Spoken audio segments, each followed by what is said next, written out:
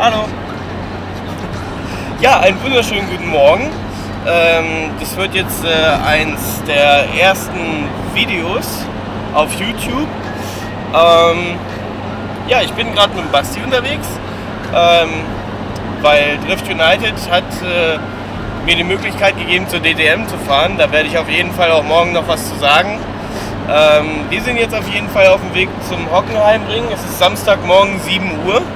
Wir sind schon fast 2,5 Stunden unterwegs, haben jetzt noch 100 Kilometer ungefähr. Sind gerade bei Frankfurt und ja, ich bin mal sehr, sehr gespannt, was wir so für Eindrücke erhaschen können dieses Wochenende. Freue mich auf jeden Fall auch mega drauf, mal ein paar DTM-Fahrzeuge zu sehen. Das ist schon lange, lange ein Wunsch von mir.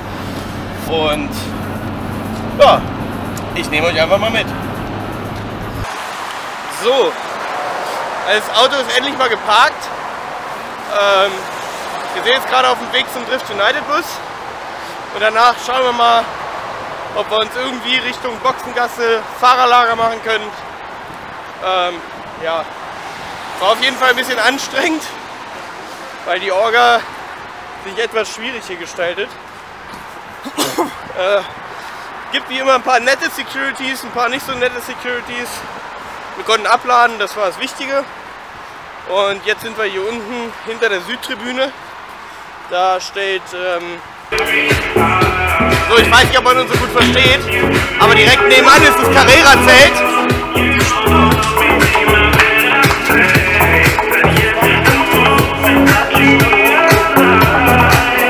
Das finden wir gut.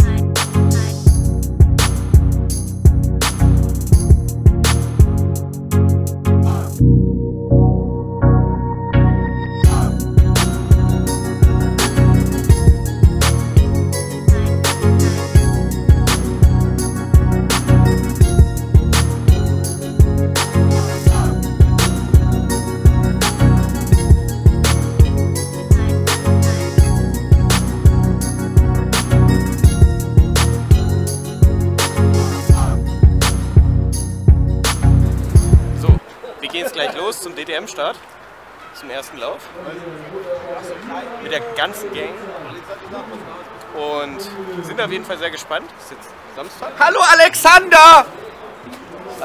Ja, wir gehen gleich los und sind mal gespannt, was so kommt.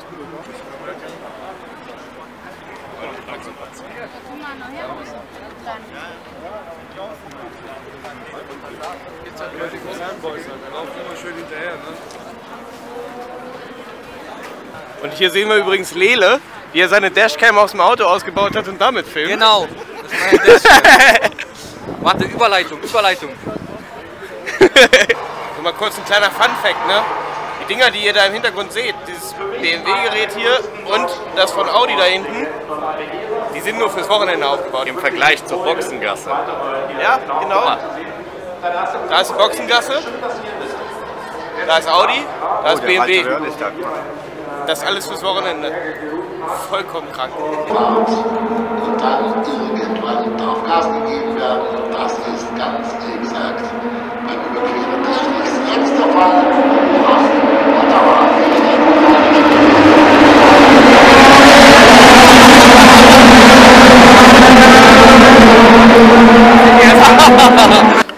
so, das erste Rennen am Samstag ist vorbei. Soundkulisse war mega, also ich kann einfach nur jedem empfehlen, sich so ein Zeug mal live anzugucken. Das ist der Wahnsinn, also als sie gestartet sind, Gänsehautmoment des Todes. Ich habe jetzt oben auf der Tribüne nicht so viel gefilmt, weil die Soundqualität halt ohne Mikro einfach echt scheiße ist. Ja, aber wir machen gleich sicherlich noch mal ein bisschen Rundgang. Gucken mal, was noch so ein bisschen hier rumsteht. Reisbrennen ist mit der Hot Import Area auch vertreten. Wir müssen kacken gehen. Ganz also dringend. Wir müssen kacken gehen. Guck dir mal den Scheitel an. Das ist Immer rechts kacken. also, das kann ich nicht. Seit 3 Uhr wird zurückgeschissen. Ja. Nein, war aber echt cool. Ja, war mega. Also, ich habe es mir halt schon lange Jahre gewünscht und jetzt ist es in Erfüllung gegangen und das war sehr, sehr gut. Was du aber sagen musst, im Vergleich sieht es eigentlich recht langsam aus. Finde ich. Nee, ich finde es genau umgekehrt. Ich finde, im Fernsehen sieht es langsamer aus als in echt ist. Ich finde es an sich langsam, weil die fahren ja auch nur 2 Liter und da kommen ja nur Softgetränke rein. Außer 4-Zylinder Turbo ist halt nur ein Softgetränk. Außer der GTR, der hat den 3 Liter. Ja, richtig. Deswegen. Das habe ich aber auch erst eben erfahren. Nee, 3,5 Liter. 3,5? Ja. 3,5 hat er sogar. Aber die Ja, Klangkulisse 35 ist einfach todesgeil. Die Klangkulisse ist geil, aber es ist halt trotzdem nur einmal Fanta. Also der GTR steht schon. Klangkulisse ist einmal Fanta? Also der GTR steht. Das sagt der LS-Fahrer. Guck mal, die sagen immer alle, die sind selten, ne? Das ist der dritte M1 heute. Also irgendwie. Hier der Panamera hier, der ist seltener. Da habe ich nur den einen von gesehen. Guckt euch das mal an, ey. Ist das nicht sexy? So, hier sehen wir mal ein Prachtbeispiel Lele Karosseriebau hier, ne? Optimal. Muss so sein. Ein bisschen Spachtel. Lele, was sagst du dazu? Das muss so sein. Das ist passiert. Das ist Performance, ne? Und würde ich jetzt nicht als Mängel betiteln. Das ist ein ganz normaler Verschleiß. Was sagt der TÜV dazu? Der TÜV sagt, okay. Ja gut, dann ist ja... Aber nicht in Deutschland, in der EU. Achso, ja, okay. Ja. Wir haben gerade über Lele Karosseriebau gesprochen. Lele Karosseriebau ist gut. Ist gut. Das ist ein 10 Meter Auto. Von 10 Meter Entfernung sieht es gut aus. Es ist immer so. Beim Driftauto ist das normal, oder? Oder Lele? Ja? 10 Meter Entfernung geht immer. Vollkommen normal. Also sprechen wir hier nicht von 10 Sekunden, sondern 10 Meter Autos. Ich würde da niemals reinkommen, das ist echt Ich schlimm. muss es immer so sehen. 10 Meter ist eigentlich schon verdammt nah. Und wir sind ja nicht so langsam. Wir fahren ja 6-Zylinder und nicht nur 4-Zylinder mit 2 Liter Softgetränk. Der Einzige, der es sehen muss, ist der Chaser, wenn er nah ranfährt. Der kann es Genau. gleich sehen, ansonsten Der kann müssen das die sehen. Zuschauer weiter Aber- wegbleiben. Genau. Ja gut, der Chaser versteht es auch besser. Ja, genau. Er sagt, Alter, der geile Typ, Junge, voll in die Wand gefahren, ne? Genau. So. Deswegen ist es halt so. Ne? Aber Lele hat keinen Bock mehr auf Beifahrersitzt. Aber du musst es. Reglement. Ach echt? Ja, bei Iron Shift King ist das so. Ah, ja. Hör mal auf zu haten, Alter. Ich hate doch gar nicht. Also, du musst Driftszene, weißt du, Du meinst bei den Gays 31, wenn ist es normal, dass man den Sitz ausbaut? hat einen guten Grund. Ja. Willst du wissen? Warum? Weil Wegen Beton den Wänden? genau, wenn du press an der Mauer stehen bleibst, weil viele fahren Rechtslenker und dann bleibst du press an der Mauer stehen und dann wollen die Rettungskräfte an dich ran und müssen über den Beifahrersitz drüber krabbeln, bevor sie überhaupt dich rausziehen können. Gut, dann machen wir mal was ganz Umgedrehtes. Wenn Natürlich, wenn die Mauer auf der anderen Seite... Wenn du jetzt mal ganz blöd, wenn du an der Mauer dran stehst, Ja. und die Karre, du musst auf der anderen Seite raus. Ja. Da ist es doch so praktischer, wenn da Ja, kein aber deswegen hast du ja eine ordentliche Sicherheitszelle, damit du in dem dringenden Sinne theoretisch auch sitzen bleiben könntest. Deswegen hast du eine Feuerlöschanlage. wenn die Karre, können die auch wenn die die Karre Karre erstmal trotzdem weiter brennt, was machst du dann? Kollege, der brennt nicht weiter. Ja. Der ist voll nicht, der brennt nicht. So, jetzt kommen wir mal zu der ernsten Sache. Also das Auto ist halt schon mega liebevoll aufgebaut. Also wenn ich mir das halt alles so angucke, das ist jetzt kein Auto von jemandem, der sagt so, ach komm her, lass uns mal so eine Driftbude bauen. Das ist schon alles echt durchdacht. Das gefällt mir schon echt richtig gut. Das Einzige, wo ich eigentlich nicht so der Fan von bin, ist halt, wenn die Scheinwerfer weg sind irgendwie. Ich finde, das sieht irgendwie, weiß ich nicht. Wobei es halt bei dem schon echt böse aussieht. Also gerade wenn er halt fährt, irgendwie sieht es böse aus. Hier drüben Beim Nightmare Drift Team ist das auch ganz gut geklärt. Ich mag ja generell, wenn Sleepy Eyes sind. Und hier kann man noch sehen, hier sind trotzdem Lichter drunter. Das ist halt schon, ich finde schon geil. Gut, es hat halt auch ein bisschen was damit zu tun. Viele haben ja halt eine Crashbar und da passen dann die Scheinwerfer einfach auch gar nicht mehr hinter. Aber ich finde halt immer, Scheinwerfer verleihen einem Auto irgendwie immer so ein bisschen Ausdruck. Finde ich persönlich. Ja, wie gesagt, bei Driftern hat es halt eher einen praktischen Hintergrund. Aber es sieht ja auch schon böse aus, ne? Kann man nichts sagen. Aber ich mag Leles Auto eigentlich. Also ich kenne es noch fast serienmäßig. Und wenn ich jetzt sehe, was draus geworden ist, das ist schon echt der Hammer. So, wir schauen uns auch mal kurz bei der Hot Import Area vorbei. Die ist nämlich auch hier, wie ihr sehen könnt, mit den Time Attack Fahrzeugen. Und wir sind hier gleich bei dem Time Attack Evo vom Event Center Seelesberg. Die haben ja generell ziemlich coole Autos, auch der GT86, der Drifter. Ist halt schon übelst pervers. Evos sind ja sag ich mal, so echt mein Traum. Und das ist schon Motorsport hier, ne? Wir können leider jetzt nicht so reingucken. Vielleicht können wir nachher mal einen Blick reinwerfen. Und dann haben wir hier direkt nebenan natürlich auch gleich noch eine Ikone. Ein alter AE 86. Die werden im Motorsport viel benutzt. Und ich finde sie halt einfach auch tierisch sexy. Es ist halt echt schade, dass die so teuer sind mittlerweile. Aber auch hier können wir sehen, da werden keine halben Sachen gemacht, ne? Ich glaube, es kommt nicht so gut rüber. Aber auch alles Makrolonenscheiben hier. Boah, ist das geil, ey. Ja, das ist schon nicht verkehrt, ne? Viele GT86 haben wir mittlerweile hier. Da ist das Supra mit einem ziemlich krassen Paintjob.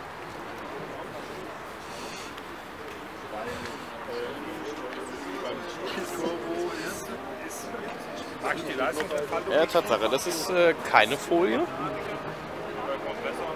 Das ist wirklich keine Folie. So wie ich es zumindest sehen kann. Können mich gerne korrigieren, wenn es nicht so ist. Also in so einem Blau, das ist mal was anderes. So sieht man eine Supra auf jeden Fall nicht so oft.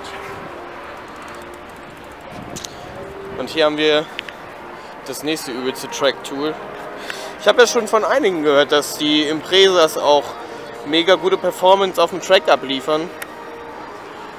Kann ich jetzt nichts zu sagen. Aber das sieht schon mal ziemlich sexy aus. Gebt euch doch mal bitte diese Felgen. Schön hochpoliert hier. Oh, das ist lecker. Sieht echt gut aus auf dem Auto. Gleich direkt daneben ein ganz perverses Gerät. Schön, sowas mal live zu sehen. Das ist definitiv auch selten. Guckt euch mal diese Scheinwerfer an und diesen Blick. Das hat schon was.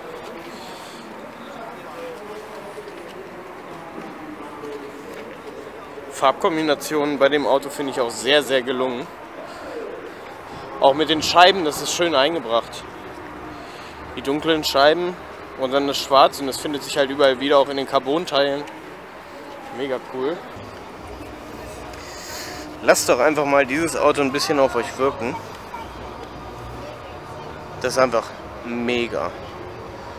Ich liebe dieses Auto. Die Form, gut, der blaue, das gefällt mir von der Farbkombination hier ein bisschen besser. Finde ich irgendwie ein bisschen aufregender. Auch wenn es simpel gehalten ist, aber irgendwie mit den gelben Felgen noch dazu, ist schön.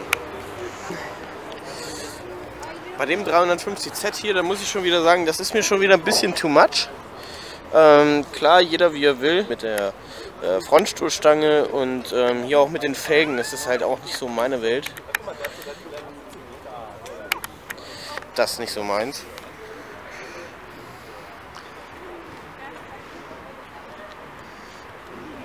Das hier zum Beispiel, das ist schon wieder mehr meins. So ein bisschen JDM-Style. Auf Motorsport getrimmt.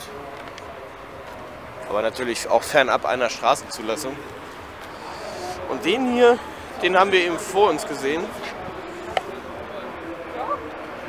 Das sah schon böse aus, wie der vor uns hergerollt ist. Gönnt euch das hier mal.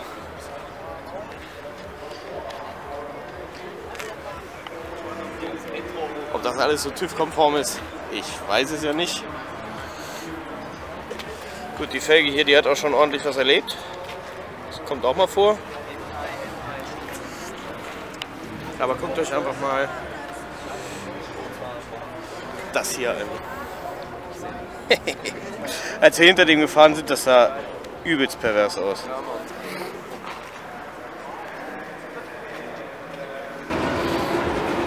So, Remo kam gerade rüber und hat gesagt, dass wir eine Freigabe haben für Motoren. Anscheinend auch bis zum geht nicht mehr. Und das werden wir auch gleich mal schön ausreizen. Ich bin gespannt, was passiert.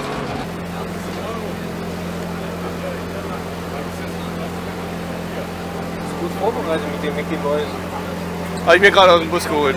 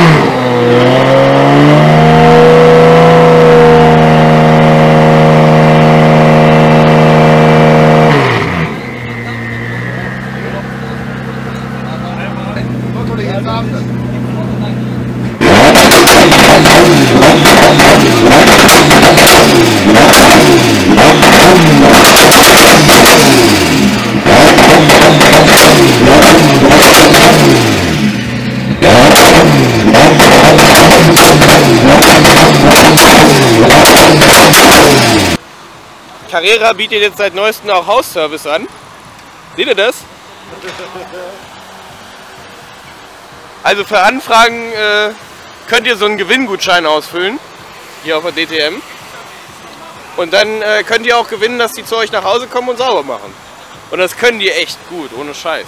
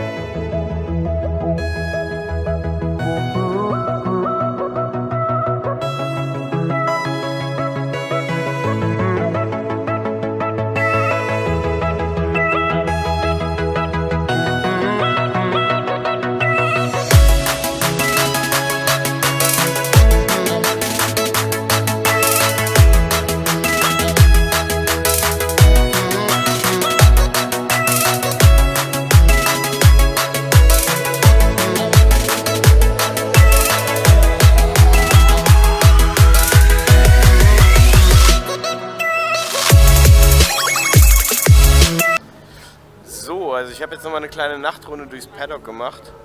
Habe nochmal ein paar Bilder gemacht. Die werdet ihr auf dem SF Media Kanal auf Facebook sehen. Und ja, ich lege mich jetzt auf jeden Fall ins Bett. Morgen ist der letzte Tag, morgen ist nochmal Renntag. Bin gespannt, was morgen so passiert. Und ja, das war's. Gute Nacht. Ich muss euch das hier einfach nochmal kurz zeigen. Guckt euch einfach mal die beiden LKWs an. Remo hat eben auch gesagt, wie präzise die parken müssen, damit die einfach mal das Dach da oben hinkriegen. Das ist von Aston Martin. Ihr könnt es sehen. Das ist halt einfach... Das ist halt Motorsport, ne? So, guten Morgen. Das ist jetzt Tag 2. Heute ist nochmal zweites Qualifying und zweiter Renntag bei der DTM. Wir sitzen hier gerade noch, frühstücken zusammen gemütlich. Und ja, dann gucken wir mal, was heute noch so kommt. Ich darf heute vielleicht nochmal in die Box zum NSX, das würde mich mega freuen. Ich weiß nicht, ob ich Bilder und Videos machen darf. Ich hoffe es. Ich habe ziemlich viele drin. Aber das ist das Schöne an YouTube, du kannst einfach alles rausschneiden, was dir auf den Sack geht. Schon wieder ein Ich muss daran arbeiten. Alter! Du solltest vielleicht so... Ich kann ja die Kamera behalten. Du solltest Ja, vielleicht nee, so alles gut, Outtakes passt dann schon. machen. Ja, ja. Herzlich willkommen. Wir sehen uns. Wie ihr wahrscheinlich hören könnt, ich weiß nicht, ob ihr es versteht, guckt uns gerade die Quali an. Die Quali findet im Nassen statt. Wir sind sehr gespannt, was passiert und ob das Rennen auch nass wird. Heute ist ja das zweite Rennen, das ist nochmal kompletter Neustart. Nachher darf ich nochmal in die Box. Wie gesagt, ich hoffe, das funktioniert. Und ja, ich bin gespannt. Schauen wir mal.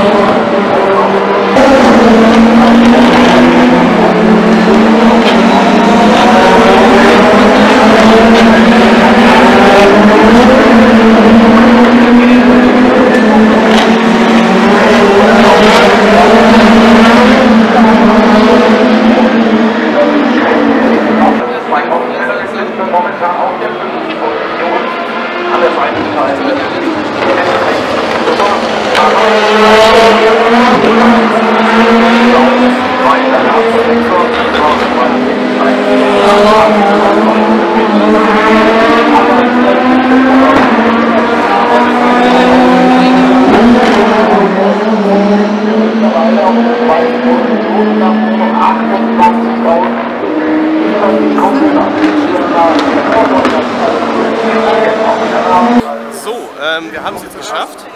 Wir sind jetzt tatsächlich mal in der Boxengasse. Wir gucken jetzt gerade hier mal so ein bisschen rum. Wir waren gerade ein bisschen bei den japanischen Teams und schauen jetzt mal so, uns mal so ein bisschen die Autos an und die Boxen und schauen mal, wer uns über den Weg läuft.